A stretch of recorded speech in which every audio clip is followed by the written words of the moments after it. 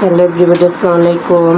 এই দেখেন আজকে আমি পাঙ্গাস মাছ রান্না করব। ছোট করে কেটে নিয়েছি, এটাকে এখন ভেজে নেব। এই যে কাঁচা কলা আর পটল দিয়ে, কাঁচা কলা আর পটলও ভেজে নেব তেলে, ঠিক আছে। এভরিবডি দেখেন কাঁচা কলাটা আর পটলটা ভেজে নিচ্ছি, মাছের সাথে দেবো। মাছটা ভেজে নিলাম, এই যে এটা দিয়ে ভুনা করব, খেতে অনেক টেস্টি হবে।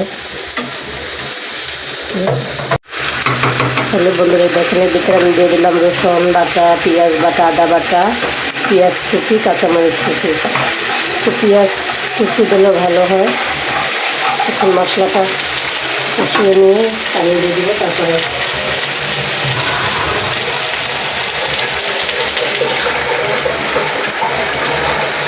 মশলাটা পুড়ে যেতে না যায়, এই জন্য একটু পানি দিয়ে তার ভিতরে আমি হলুদ মরিচের গুঁড়া, জিরার গুঁড়া এগুলো দিয়ে দেবো, ধনিয়ার গুঁড়া।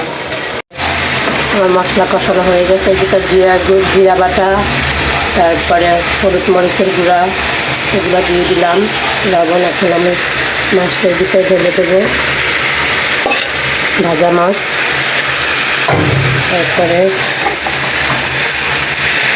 ভাজা সবজিটাও দিয়ে দেবো। মশলা কষানো হয়ে গেলে মাছ কষানো হয়ে গেলে ঝোল দিয়ে দেবো একটু পরে। এখানে তো ঢেকে দেবো এটা, যাতে মশলার ভিতরে সব ঢুকবে, মাছ তরকারির ভিতরে মশলাটা। তারপর ঝোল দেবো একটু পরে। এই দেখেন গাইস,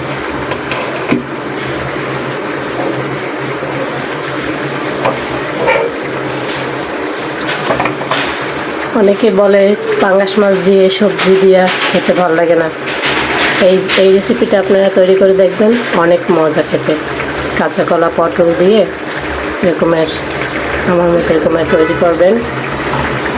মাছটা ভেজে নেবেন, কাঁচা কলা পটলটা ভেজে নিয়ে এরকম করবেন। আর একটু ঝোল করবো, আর একটু ঝোল